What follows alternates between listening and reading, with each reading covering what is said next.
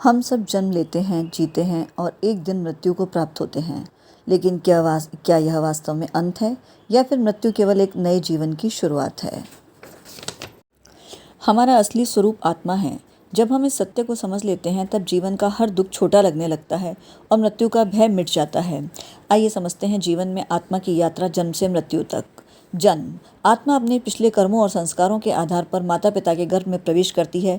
गर्भ में ही आत्मा अपनी यात्रा का नया अध्याय शुरू करती है। जैसे बीज मिट्टी में अंकुरित होकर नया पौधा बनता है, वैसे ही आत्मा गर्भ में प्रवेश कर नया जीवन धारण करती है। जीवन आत्मा के लिए एक पाठशाला है जहां वह अपने पिछले जन्मों के कर्मों का फल भोगती है और नए कर्म भी करती है।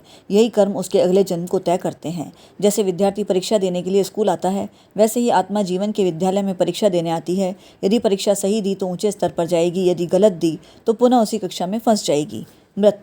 मृत्यु केवल शरीर का त्याग है। आत्मा शरीर छोड़ देती है और अगले गंतव्य की ओर निकल पड़ती है।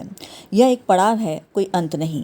जैसे यात्री ट्रेन में एक स्टेशन छोड़कर दूसरे स्टेशन पर जाता है, वैसे ही आत्मा मृत्यु के बाद नया शरीर खोजने के लिए निकल पड़ती है। मृत्यु के बाद आत्मा की यात्रा किस प्रकार होती है? गरुड़ पुराण और उपनिषद बताते हैं कि मृत्यु के बाद आत्मा की यात्रा 3 दिशाओं में जाती है।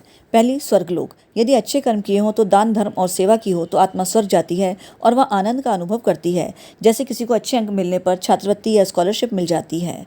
दूसरा, नरक लोक। यदि पाप और अधर्म किए हों तो आत्मा नरक जाती है और अपने पापों का दंड भोगती है। जैसे किसी विद्यार्थी ने गलत कार्य किया हो तो उसे दंड दिया जाता है। तीसरा, पुनर्जन्म। यदि आत्मा के कर्मों का लेखा जोखा पूरा ना हुआ हो तो उसे नया जन्म मिलता है। वह फिर से संसार में लौटती है, कर्मों का लेखा जोखा पूरा करती है। जैसे राजा भरत की कथा। राजा भरत महान तपस्वी थे, लेकिन अंतिम समय में उनका मन एक हिरण पर लग गया। परिणाम स्वरूप अगले जन्म में वे मृग बने। बाद में उन्होंने फिर तपस्या की और अंततः मोक्ष की प्राप्ति की। जब आत्मा सभी कर्मों के बंधन से मुक्त हो जाती है, कर्मों का चक्र समाप्त हो जाता है, तब उसमें कोई इच्छा, कोई मोह, कोई बंधन नहीं बचता। तब वह परमात्मा में विलीन हो जाती है। इसी अवस्था को मोक्ष कहते हैं। जैसे नदियां अंत में समुद्र में जाकर मिल जाती हैं और अपनी अलग पहचान खो देती हैं, वैसे ही आत्मा अंत में परमात्मा में मिलकर अनंत शांति को प्राप्त करती है। जीवन और मृत्यु आत्मा की यात्रा के पड़ाव हैं। आत्मा अनादि, अविनाशी और शाश्वत है। जन्म और मृत्यु केवल बाहरी परिवर्तन है। मृत्यु अंत नहीं बल्कि नई शुरुआत है और इस यात्रा का अंतिम लक्ष्य है मोक्ष, जहाँ केवल शांति और आनंद है, अर्थात परम शांति है। प्रिय दर्शकों, हमेशा हमें याद रखना चाहिए कि हम शरीर नहीं अपितु शुद्ध आत्मा हैं। ये शरीर तो नश्वर है, शरीर बदलते रहते हैं, परंतु आत्मा की यात्रा अनवरत चलती रहती है, क्योंकि आत्मा अजर है, अमर है, अविनाशी है।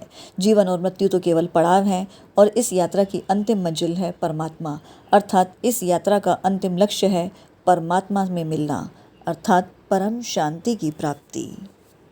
उम्मीद करती हूँ वीडियो आपको अच्छा लगा होगा। इसी प्रकार की ज्ञानवर्धक जानकारी के लिए हमारे चैनल पर बने रहें और उनसे भी लाइक करें, शेयर करें, सब्सक्राइब करें। वीडियो पूरा देखने के लिए सभी को बेहद का धन्यवाद। बेहद की परम शांति।